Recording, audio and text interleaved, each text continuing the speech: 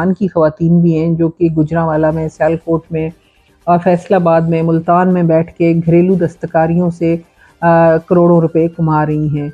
और अब देखें स्पोर्ट्स की फील्ड में भी जिस तरीके से सियालकोट में काम हो रहा है, वो बेसिकली फ़ुटबॉल जो इंडस्ट्री है वो घरों में ही फ्लरिश पा रही है। तो आज़ाद कश्मीर के हवाले से भी हमारी जो एक स्टडी थी वो ये थी कि यहाँ से जो है ना सफ़ेदे के दरख्त सियालकोट जाते हैं और फिर वहाँ से बैट बनते हैं और फिर वो एक्सपोर्ट होते हैं। तो अगर कोई इन्वेस्टर यहाँ पे हमें मिल जाए जो यहीं पे काम करे और फिर हमारे लोगों को एम्प्लॉय करे, फिर हमारे हैंडीक्राफ्ट्स हैं, फिर हमारे यहाँ टूरिज़म इंडस्ट्री है जो बहुत बड़ी इंडस्ट्री बन सकती है, जो हमारी कुदरती दिलफरेब खूबसूरती है। आप भी चूँकि मीरपुर से तशरीफ़ लाए हैं और आप जानते हैं कि इंग्लैंड में हमारी एक बहुत बड़ी आबादी जो है वो बरतानिया में रहती है। तो मैं आपको ये बताऊँ कि कोई मुल्क भी हमें इस कश्मीर से ज़्यादा हसीन नहीं लगता। सिर्फ़ ये है कि यहाँ पे फैसिलिटीज़ नहीं हैं।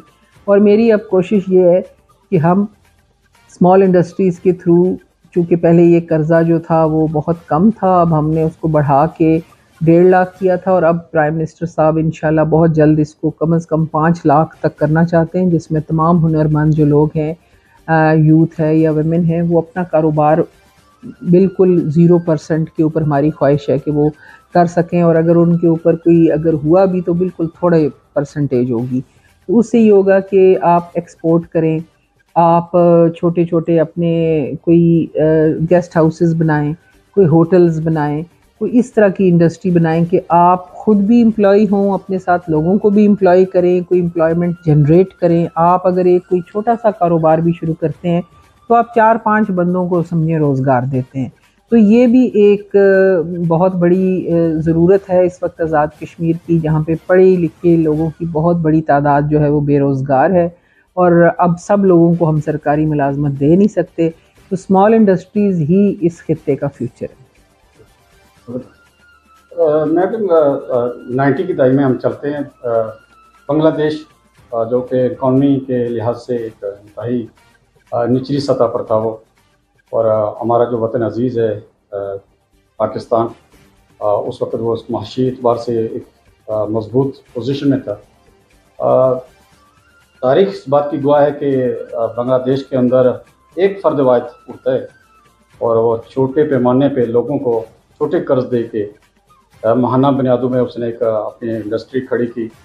आज देखें बांग्लादेश दुनिया की छठी बड़ी यानी स्मॉल इंडस्ट्रीज़ के अंदर सनत के अंदर वो उसका छठा नंबर है दुनिया में इस वक्त।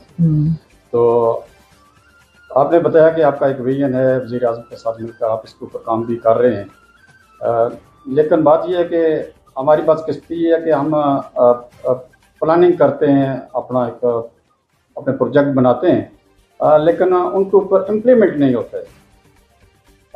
उसके समरात जो हैं वो पब्लिक तक नहीं पहुंच पा रहे हैं। इसके ऊपर आपकी क्या हिकमत अमली है कि आपने जो ये विजन अभी बनाया है कि जो नौजवान हैं, बेरोज़गार हैं, उनको स्मॉल इंडस्ट्री की तरफ मुतवज्जो किया जाए, तो आप ये बताएं कि उसके ऊपर इम्प्लीमेंट करने के लिए आपके पास कौन सा यानी विजन है आपका, जी, क्या हिकमत अमली है? असल में जो भी पॉलिसी बनती है वो इस ड्रीम के साथ बनती है कि 10 इयर्स टाइम में या 20 इयर्स टाइम में हम कहाँ होंगे। अनफॉर्चुनेटली हमने बहुत दूर तक देखा नहीं, हमने एडहॉकिज़म पे ज़्यादा चलते रहे।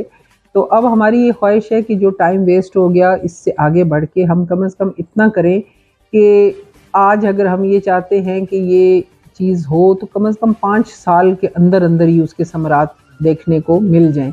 क्योंकि जो भी पॉलिसी किसी टाइम फ्रेम के अंडर नहीं होती वो फिर यूज़लेस हो जाती है, डिस्कार्ड हो जाती है। उसका हाल फिर इसी तरह होता है कि अगर कोई जो है दादे ने मुकदमा किया तो पोते ने फ़ैसला लिया। हम इतनी दूर तक नहीं जाना चाहते।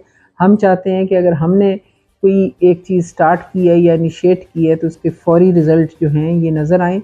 और देखें, मैं तो समझती हूँ कि हर साल जब ये समरात नज़र आएंगे, मेरी बैंक्स के साथ भी कोऑर्डिनेशन हुई है, स्टेट बैंक्स के साथ, दूसरे बैंक्स के साथ भी मैं मिल रही हूँ और हमने उनको भी कहा है कि आप हमारी ख़वातीन को, हमारे नौजवानों को कर्ज़े दें। स्मॉल इंडस्ट्रीज़ उनके साथ कोऑपरेट करेगी, उनके साथ कोरिलेट करके हम लोग ये काम करना चाहते हैं। और मेरा जो टारगेट है कि हर साल हम कम से कम 10-20 सक्सेस स्टोरीज़ जो हैं वो सामने लाएँ कि जो कामयाब लोग हैं उनको सामने लेके आएँ, तो उसको मैं समझूंगी कि हमारी जो प्रैक्टिकलिटी है उसकी तरफ एक ये पहला स्टेप होगा। जी, मेरा एक और क्वेश्चन है आपका कि देखें, कोई भी हुकूमत होती है, उसकी अपनी तरजीहात होती हैं, इस्लाहात का अमल तो हमेशा जारी रहता है।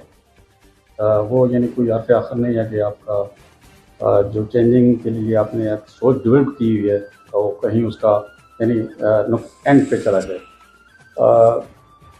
देखें, अभी आपने इस्लाहात की बात की है, हम देख रहे हैं कि एनटीएस के ऊपर अभी जो आपने काम किया, अल्हम्दुलिल्लाह आज मैं देख रहा हूँ कि ऐसे-ऐसे नौजवान जो हैं वो एनटीएस के थ्रू जाके एलिमेंट्री टीचर भर्ती हुए हैं, जिनको मैं ज़ाती तौर पर जानता हूँ। जी, मैं अगर आपका शुक्रिया अगर अदा करना अगर चाहती हूँ कि आपने हमारी हुकूमती जो एनटीएस की पॉलिसी है उसको आपने खुद स्टडी किया है। जी, जी। क्योंकि यहाँ पत्थर तोड़ने वाले मज़दूरों के बच्चे भी ग्रेड 17 में ऑफ़िसर लगे हैं, जो कभी सोच भी नहीं सकते थे। तो ये एक हमारा विज़न था, जो हमारी गवर्नमेंट है उसने बिजली के लिहाज से, आटे के लिहाज से जो फैसिलिटेशन हो सकती थी वो अवाम को दी है। अब अवाम का भी काम है कि ज़िम्मेदारी से का मुज़ाहरा करें, और आपने देखा होगा कि जब से बिजली सस्ती हुई है, माशाल्लाह हर घर में लोगों ने 6-6 हीटर लगाने शुरू कर दिए हैं और खाना भी उसी पे पकाना शुरू कर दिया है, तो ट्रांसफार्मर्स भी जल रहे हैं। तो अगर आपको कोई फैसिलिटी दी जाती है तो उसकी लिमिट्स को भी हमें फिर समझना चाहिए। तो अब ये है कि इंशाल्लाह ये जो आपको तब्दीलियाँ नज़र आ रही हैं इस गवर्नमेंट में, आपने देखा होगा कि खुद भी प्राइम मिनिस्टर साहब 18 से 24 में से 18 घंटे तक अक्सर काम करते हैं, और हमें भी पाबंद किया हुआ है, और हम सारी जो टीम है उनकी साथ काम करते हैं। थैंक यू मैडम, बहुत शुक्रिया। Thank you so much.